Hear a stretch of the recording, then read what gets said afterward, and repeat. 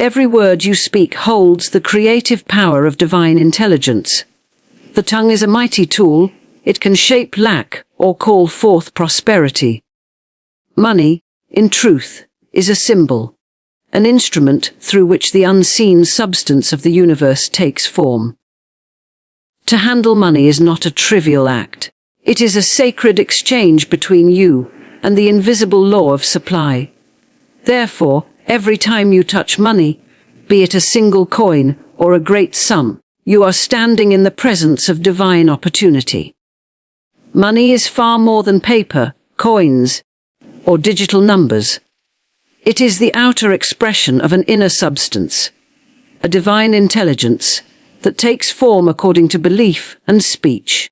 Every time one encounters money, whether in thought or in physical form, they are in contact with the invisible substance of the universe clothed in material appearance. This divine substance is alive, responsive, and ever-flowing. It is the source of all supply and cannot be exhausted. When one begins to see money as a symbol rather than a source, the chains of limitation fall away, and one begins to walk in true spiritual freedom. Money is not evil, nor is it good in and of itself. It is neutral. It becomes to each what they believe about it. To some, it is a struggle, a fleeting thing that slips through their fingers. To others, it is a tool, a blessing, and a faithful companion. The difference lies not in the amount possessed, but in the spiritual understanding behind it. Divine substance knows no scarcity. It cannot be limited by bank balances or economic conditions. The person who understands this begins to move with a different energy. They stop fearing money and start communing with it as a manifestation of the invisible, ever-present substance of the universe. In truth, we do not earn money. We draw it to ourselves by the law of vibration and belief. It is not wages, clients, or transactions that truly supply us, but the infinite substance working through those channels. When one recognizes this, they stop bowing to the outer world and begin to speak the word from a place of divine authority. The moment money is seen as spiritual substance, everything changes. It is no longer hoarded, feared, or worshipped. It becomes part of a divine flow, coming, going, and always returning with increase. Just as a seed planted in fertile soil multiplies, so does the money touched with conscious awareness of its source. When money is handled with reverence and right thought, it carries that vibration into the world and returns to the giver enhanced and multiplied. Money is not just for personal needs, but is part of a greater divine plan of circulation, expression, and blessing. The person who sees it this way becomes a channel of infinite supply. To touch money, then, is to touch a symbol of spiritual power. It is a reminder that God is the source, and this symbol, this currency, is a tool through which divine ideas flow into form. One must train the mind to see beyond appearances and recognize the spiritual truth behind the material. Every time money is received, spent, saved, or shared, it is a sacred interaction with the invisible abundance of the universe. Holding this awareness aligns one with divine law and dissolves thoughts of lack and limitation. Money is never the goal, but a reflection of one's consciousness. Those who cultivate a deep, unwavering trust in divine substance find that their needs are always met, often in miraculous ways. They no longer strive or worry, because they know the truth. The supply is spiritual, the channel is infinite, and the symbol, money, is simply one expression of an ever-giving universe. When this becomes the foundation of one's understanding, the relationship with money transforms. It no longer feels heavy, pressured, or scarce. Instead, it flows freely, joyfully, in alignment with the law of right action and right speech. The secret lies not in effort, but in recognition, not in toil, but in trust. The more one dwells on the spiritual reality behind the physical form, the more they rise into the vibration where money becomes obedient, plentiful, and ever increasing. As long as money is viewed as merely a material object, one is bound by the illusions of gain and loss. But when it is recognized as divine substance in disguise, the soul is set free from the tyranny of materialism and walks boldly in the light of truth. Every word spoken carries the vibration of belief and is a command to the invisible forces that shape experience. The spoken word is not idle. It is charged with power, for it impresses the subconscious mind and sets the law into motion. When one handles money and speaks words of lack, worry, or limitation, they unknowingly create the very conditions they fear. The law is impersonal and exact. It reflects back the belief behind the word, not the wish of the heart. If one says, "Money never stays with me," or "I can't afford this," they have issued a decree, and the law, faithful to its nature, must bring it to pass. Words of increase, however, activate a higher vibration. They open the channel to divine abundance and invite the flow of spiritual substance into form. When one touches money and says, "This multiplies for me now," or "Divine supply is never limited," they align their consciousness with truth. They are no longer speaking from fear but from faith. And faith is the substance of things hoped for, the evidence of things not seen. It is through this unwavering belief, declared through the spoken word, that miracles are made manifest. Many people speak carelessly, unaware that every utterance plants a seed. The subconscious mind is always listening and accepting the words we speak, regardless of whether they are spoken in jest or sincerity. It does not judge, nor does it distinguish between truth and error. It simply accepts and acts. When you speak with conviction that money flows freely and abundantly into your life, you are instructing the law to make it so. These words are not mere affirmations, they are spiritual commands backed by the authority of divine truth. To say, "I bless this money and it returns to me multiplied," is not wishful thinking. It is a spiritual transaction. The words go forth, clothed in faith, and draw to you people, circumstances, and opportunities that reflect your spoken decree. The vibration of increase resonates with divine substance and calls it into visibility. Each declaration is a blueprint, and the universe begins to construct your reality accordingly. If you speak poverty, the structure is built upon lack. If you speak abundance, the walls rise on the foundation of infinite supply.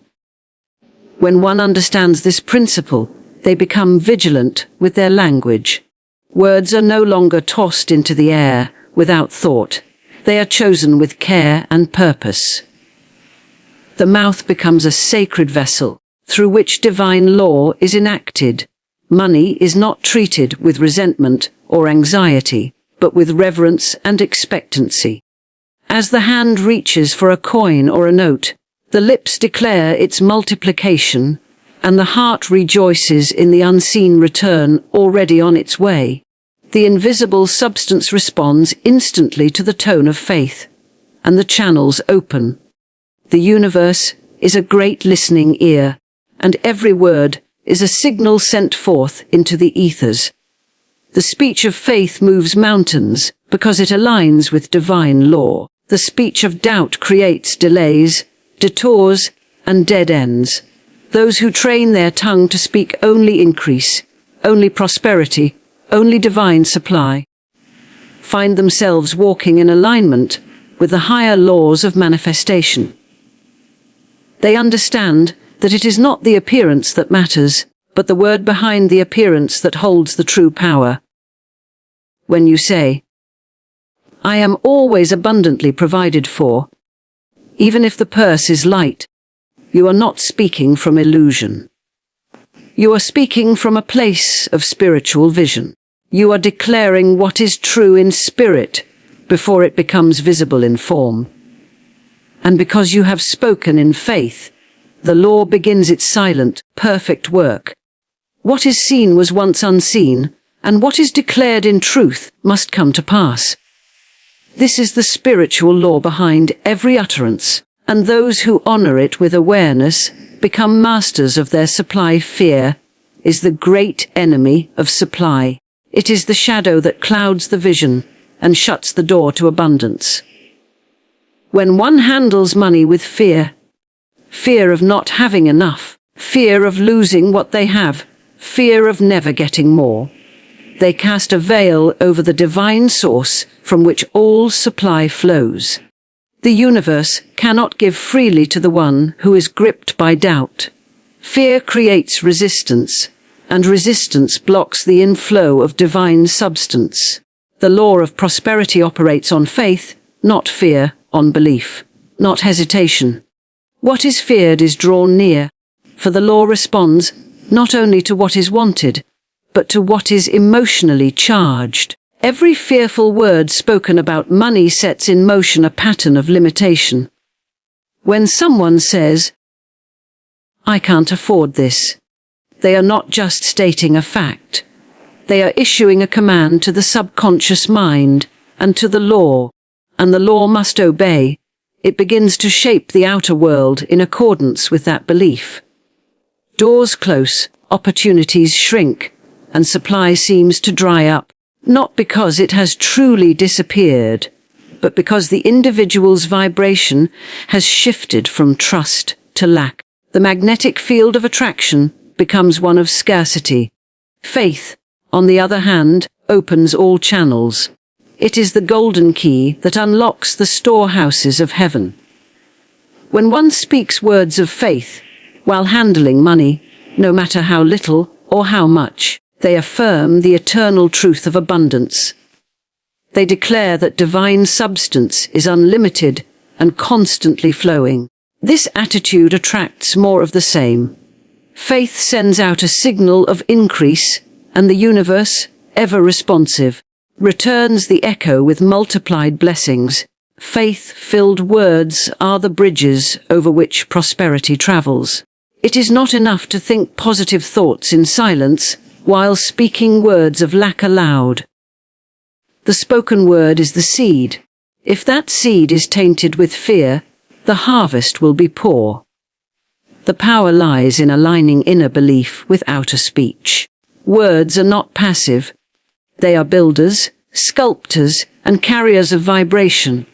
A single fearful statement can undo hours of prayer and affirmation, just as a single word of truth, spoken in unwavering faith, can reverse the momentum of lack and set a new course toward wealth. People often worry as they spend, giving with a tight hand and a heavy heart. They watch money leave their possession and feel a pang of anxiety. This very anxiety is a signal to the law to stop the flow. It says, "I do not trust the return," and the law mirrors that mistrust. But when money is handled with joy, with confidence, with the spoken word of increase, it becomes a divine investment, circulating through right channels and returning, often in mysterious and marvelous ways. The one who speaks increase every time they handle money becomes a magnet for prosperity. They are not fooled by appearances. Even if the purse seems light, they speak of fullness.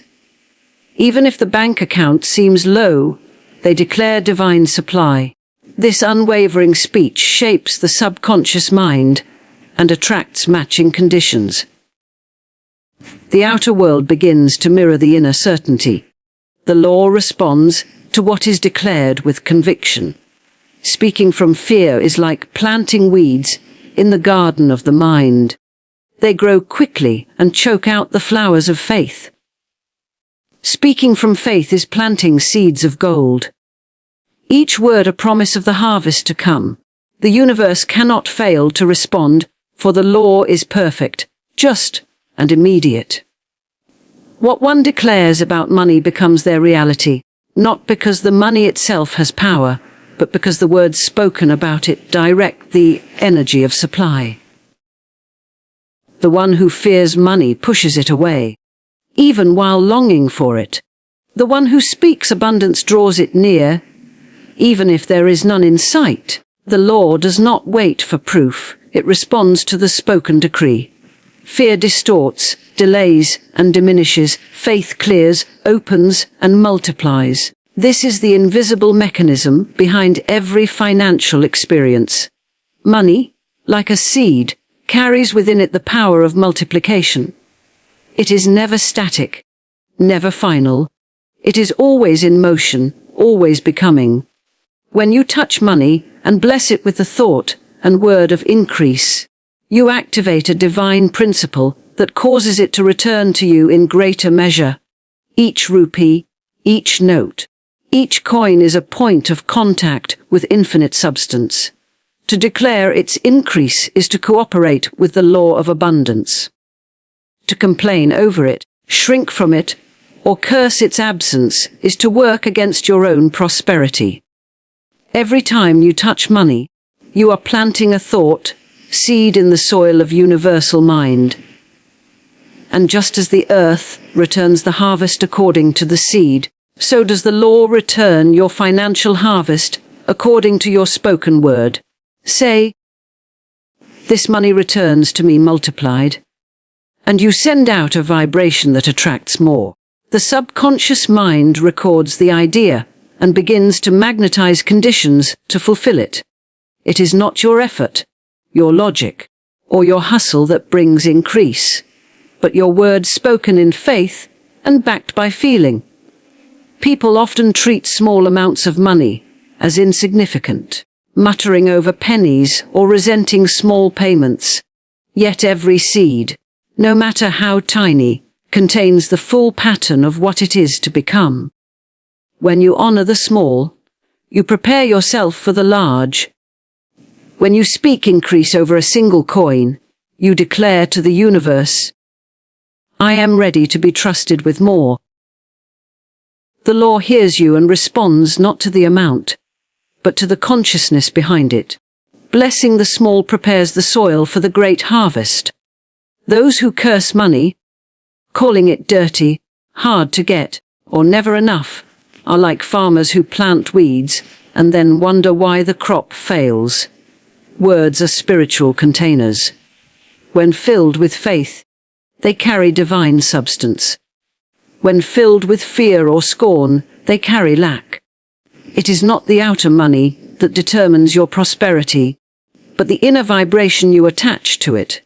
Speak love, gratitude, and multiplication every time you engage with it, and it cannot help but return to you enhanced. The hand that gives in faith shall never be empty. When you release money with joy, blessing it and declaring its return, you create a rhythm of divine circulation. You are not losing, you are sowing, you are not spending, you are sending forth a messenger to return with gifts. Every transaction becomes a spiritual act. Every exchange becomes sacred. And the more you declare increase, the more the law arranges people, places, and events to fulfill your word. It is a mistake to wait for visible supply before speaking words of abundance. The word goes before the form. The declaration of increase brings forth the increase. If one waits until the wallet is full before saying, "I am prosperous," they are putting the cart before the horse. Speak it first. Bless your money first. Declare multiplication first. The invisible must always precede the visible, and the word is the bridge between the two. Money touched with fear becomes heavy. Money touched with joy becomes light and expansive. The vibration you assign to money determines how it behaves in your life. Treat every coin as sacred, every note as a servant of good, every transaction as an opportunity to declare divine law. Say with confidence, "This money returns to me tenfold, pressed down, shaken together, and running over." Say it not as a wish, but as a decree. The universe recognizes only truth spoken with authority. You are not at the mercy of money. Money responds to you. It is obedient to your voice. Each time you handle it, you are given the opportunity to plant the seed of prosperity or the seed of limitation. The harvest will match your word. Money is not a master to be feared or served. It is a servant to be directed with wisdom and joy.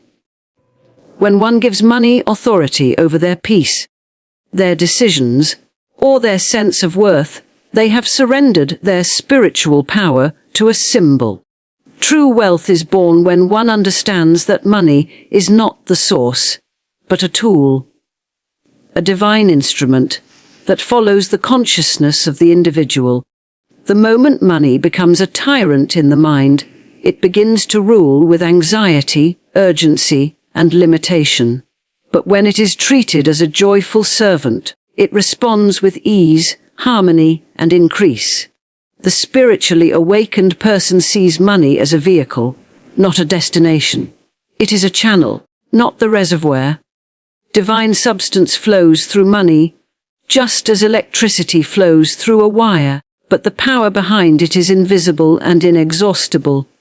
When one begins to see money as a means to express love, freedom, generosity, and divine right action, they align with the law of circulation. Money given with joy returns multiplied. Money held with fear stagnates. The vibration of giving determines the vibration of receiving. People often attach emotional chains to money, clinging, fearing, obsessing, and comparing. These emotional attachments distort the natural flow and create spiritual congestion. Just as a clogged pipe cannot allow clean water to pass, a consciousness clogged with fear about money cannot allow abundance to flow.